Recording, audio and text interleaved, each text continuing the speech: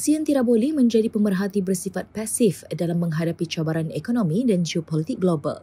Sebaliknya, perlu memimpin membina daya tahan sekaligus memperkukuh sektor utama berkaitan dalam kalangan negara anggotanya yang kini menaungi lebih 600 juta penduduk.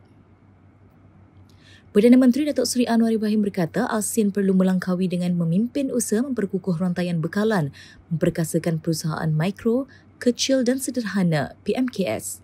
Selain melabur dalam agenda kelestarian serta mengadaptasi inovasi bagi memastikan daya tahan ekonomi serantau terus utuh. ASEAN tidak boleh menjadi pemerhati yang pasif. Kita bukan sahaja harus bertindak balas, kita mesti memimpin. Daya tahan mesti dibina dari dalam dengan memperkukuh rantaian bekalan, memperkasa PMKS, melabur dalam kemampanan dan menerima inovasi, katanya dipetik Media Perpaduan. Beliau berkata demikian dalam ucap tama pada Majlis Makan Malam Gala Mesyuarat Menteri-Menteri Ekonomi ASEAN AEM ke-57 di Ibu Negara pada Khamis. Tambahan lagi, PMX juga memaklumkan bahawa ASEAN kini berada pada kedudukan kelima ekonomi terbesar dunia.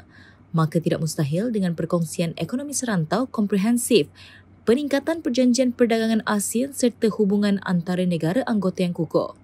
Dengan sokongan kebersamaan ekonomi, ASEAN berpotensi muncul sebagai blok ekonomi keempat terbesar dunia menjelang tahun 2030. Dalam pada itu, penganjuran kali pertama mesyuarat bersama Menteri-Menteri Luar dan Menteri-Menteri Ekonomi ASEAN pada Oktober depan merupakan langkah berani dan tepat pada masanya.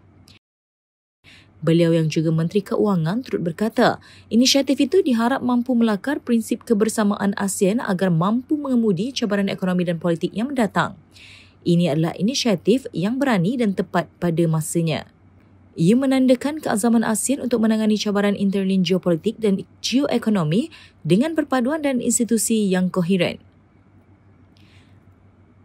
Malaysia berbangga untuk menjadi tuan rumah dan menyokong usaha bersejarah ini dan kami berharap ia melakar prinsip bersama yang membimbing perjalanan ASEAN dalam mengemudi perhubungan kompleks ekonomi dan politik yang mendatang, ujarnya lagi.